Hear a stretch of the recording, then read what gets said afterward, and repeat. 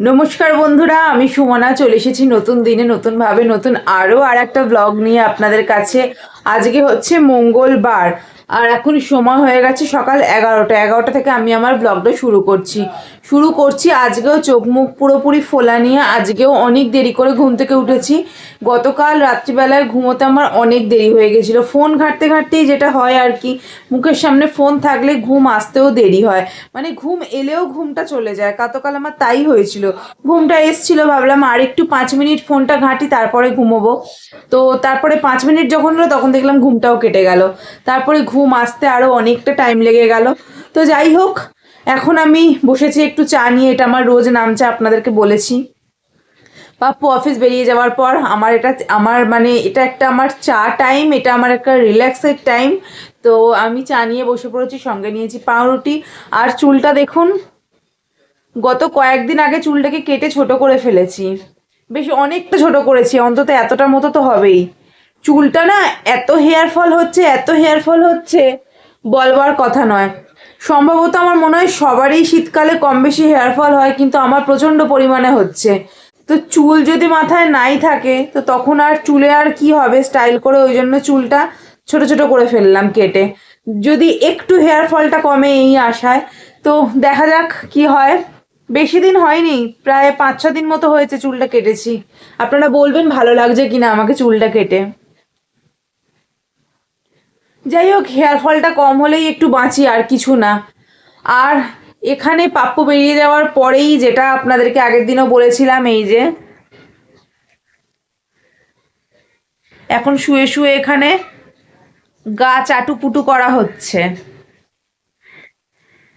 পাপ্পু বেরিয়ে যাওয়ার পরে আমার বন্ধু হচ্ছে মা তো থাকেই, তার সঙ্গে দেখা যাচ্ছে, তার সঙ্গে হচ্ছে এর সঙ্গে আমি মোটামুটি 3টে 4টে অবধি আমার গল্প এর সঙ্গেই চলে। আর কম্বলের ওপরেই এমনি করে শুয়ে থাকবে। এখন গত মানে যখন খুব শীতটা পড়ে তখন রোদ্রে গিয়ে বসে বেশ খানিকক্ষণ, আপনাদেরকে বলেওছি। আর এখন যেহেতু শীতটা একটু কমেছে আর রোদের তেজটাও বেড়েছে, সেই জন্য রোদে বেশিক্ষণ গিয়ে বসছে না, সোজা চলে আসছে কম্বলের ওপরে। একটুখানি বলা ভুল, মোটামুটি এখন যে বসলো, এখন যতক্ষণ না দুপুরবেলায় ওর লাঞ্চ রেডি হবে ততক্ষণ ও বসে থাকবে। যখন দেখবে ওর বাটির আওয়াজ পাওয়া যাচ্ছে, মা এবার ওকে খাবার দেবে, সেটাও ঠিক বুঝতে পারে, ওর নিজের বাটির আওয়াজটাও খুব ভালো মতন চেনে। তো তখন এখান থেকে ও উঠে এবারে একটু আলিস্যি ভেঙে হাত পা একটু লম্বা চওড়া করে তারপরেও যাবে রান্নাঘরের দিকে। তো চলুন, অনেকটা বকবক হয়ে গেল আপনাদের সঙ্গে। এবারে আমি খাবারটা খাই, খেয়ে দিয়ে আজকে আপনাদেরকে একটা জিনিস শেয়ার করব বলতে কি শেয়ার করব চলুন তখনই দেখাবো আপনাদেরকে। আচ্ছা, একটু আগে আপনাদেরকে যেরকম বলেছিলাম যে আপনাদের কাছে ফিরে আসব একটা জিনিস দেখাতে, সেটা হচ্ছে দেখুন, আমি একদম রেডি হয়েই এসেছি আপনাদের কাছে।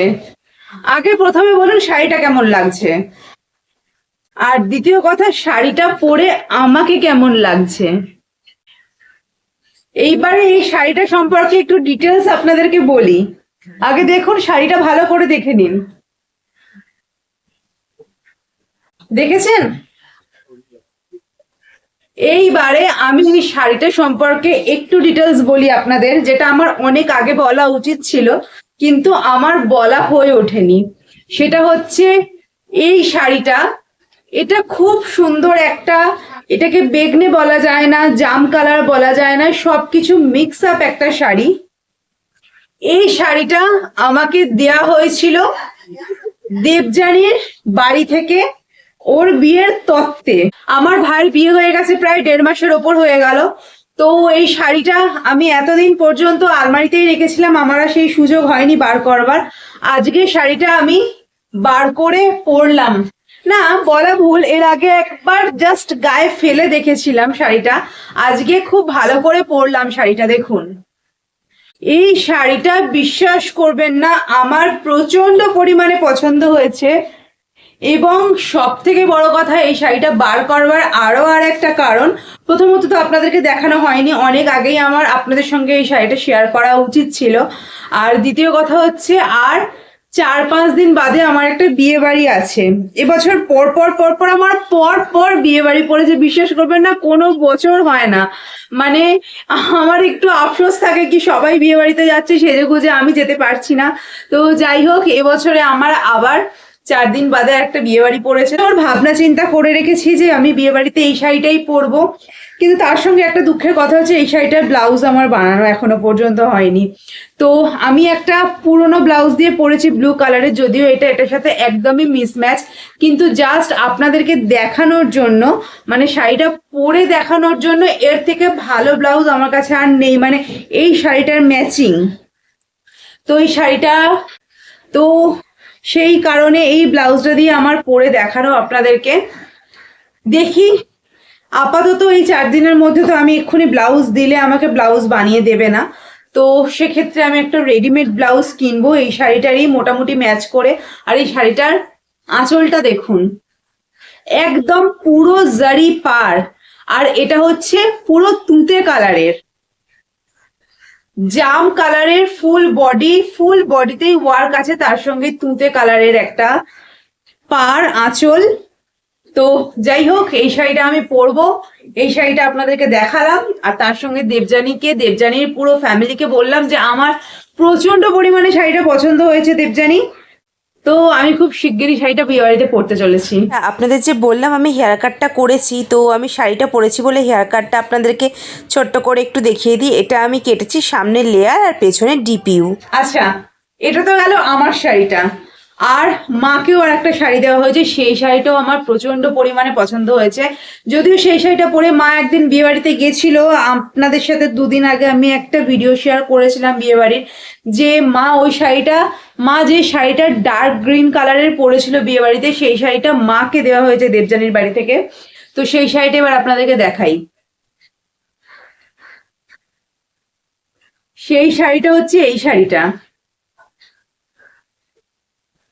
এই শাড়িটাও যে কি অসম্ভব পরিমাণে সুন্দর, আপনারা চিন্তা করতে পারবেন না। মানে এটা এরম ভাবে দেখলে বোঝানো যাচ্ছে না। দাঁড়ান, এই শাড়িটাকেও আমি পরে দেখাচ্ছি, পরে তারপরে আপনাদের সামনে আসছি। আমার শাড়িটা আমি খুলে রাখলাম, এরপরে আমি পরলাম এই শাড়িটা। আগে বলুন এই শাড়িটা কিরকম। এই শাড়িটা হচ্ছে পুরো একটা গ্রিন কালারের শাড়ি, খুব সুন্দর গ্রিন, একটা পান্না গ্রিন বলতে যেটা বোঝায় কিছুটা তাই। আর তার সঙ্গে কপার আর গোল্ডেন মেশানো একটা শাড়ির আঁচল আর বর্ডারটা। আর এই শাড়িটা দেবযানীর বাড়ি থেকে আমার মাকে দেওয়া হয়েছে। বাট এই শাড়িটা আমার এত পছন্দ হয়েছে, আমি শুধু একটা অকেশন খুঁজছি কবে এই শাড়িটা পরতে পারবো। প্রচন্ড পছন্দ হয়েছে এই শাড়িটার ব্লাউজটা মা বানিয়ে নিয়েছে, সুতরাং আমাকে এটার জন্য একটা সুন্দর ব্লাউজ বানাতে হবে। মানে একটা রেডিমেডই সুন্দর ব্লাউজ কিনে নেবো। এখন ভীষণ সুন্দর সুন্দর রেডিমেড ব্লাউজ পাওয়া যায়, খুব যে বানানোর দরকার পড়ে এইরকম নয়। আমি একটা রেডিমেড ব্লাউজ কিনবো। তো এই শাড়িটাও আমার ভীষণ পছন্দ হয়েছে, মায়েরও খুব পছন্দ হয়েছে। আমি আশা করছি খুব তাড়াতাড়ি একটা অকেশন আমার কাছে চলে আসুক আর আমি এই শাড়িটা পরি। এই শাড়িটা পরে ভীষণ সুন্দর করে সাজা যাবে, ভীষণ সফিস্টিকেটেড দেখতে। আর আমি তো বলে যাচ্ছি শাড়িটার ব্যাপারে, আপনারা এবার বলুন যে শাড়িটা পরে কিরকম লাগছে আর শাড়িটা কিরকম দেখতে।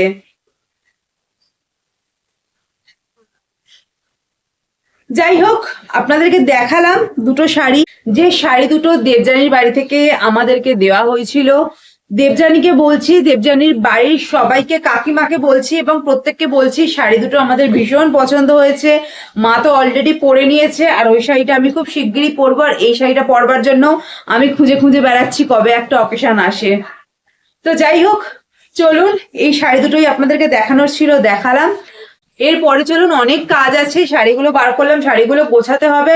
আর সব থেকে বড় কথা, ওই শাড়িটার জন্য আমাকে একটা ব্লাউজ কিনতে হবে, নাহলে ওই শাড়িটা আমি পরতে পারবো না। আর আজকালের মধ্যেই আমাকে কিনতে হবে, আগামী 2 দিনের মধ্যে, আগামী 2 দিন বাদে আমাদের বিয়ে বাড়িটা। তো চলুন বন্ধুরা, আর এখন আমি ভিডিওটা বড় করছি না, এরপরে ঘরের অনেক কাজকর্ম আছে, সেগুলো করতে হবে। আপনারা শুধু আমাকে জানান যে আমার এই শাড়িগুলো আপনাদের কেমন লাগলো আর এই শাড়িগুলো পরে আমাকে কেমন লাগছে। শাড়ি আমার বিশেষ একটা পরা হয় না, তাই আজকে শাড়িগুলো পরে বেশ একটা অকেশন ফিল লাগছিল। শাড়ি ফাড়ি চেঞ্জ করে এবার আবার বাঙালিদের জাতীয় যে ড্রেস নাইটি সেখানে চলে এসেছি। কিছু মনে করবেন না, বাঙালিরা আমার মনে হয় যে নাইটি ছাড়া একটু অচল, আমি তো অবশ্যই।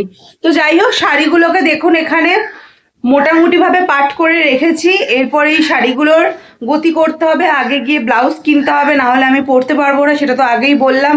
আর এখানে এই যে কম্বলগুলো, এইগুলো আর প্রয়োজন পড়ছে না একদমই।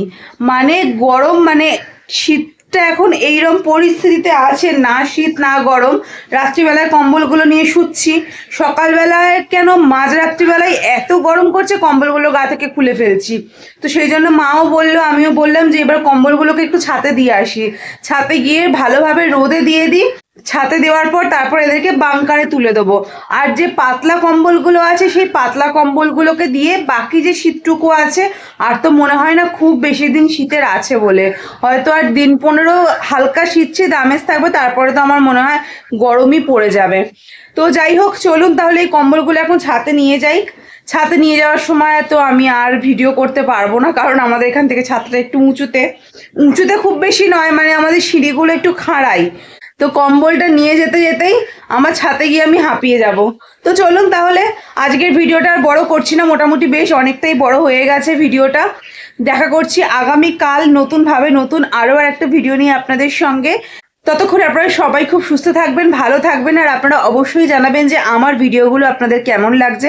যদি ভালো লাগে তাহলেও জানাবেন একটা কমেন্ট করে, আর যদি খারাপ লাগে, কোথায় খারাপ লেগেছে সেটাও আমাকে অবশ্যই একটা কমেন্ট করে জানাবেন। তাহলে চলুন বন্ধুরা, আজকের জন্য ভিডিওটা এখানেই শেষ করছি। টাটা।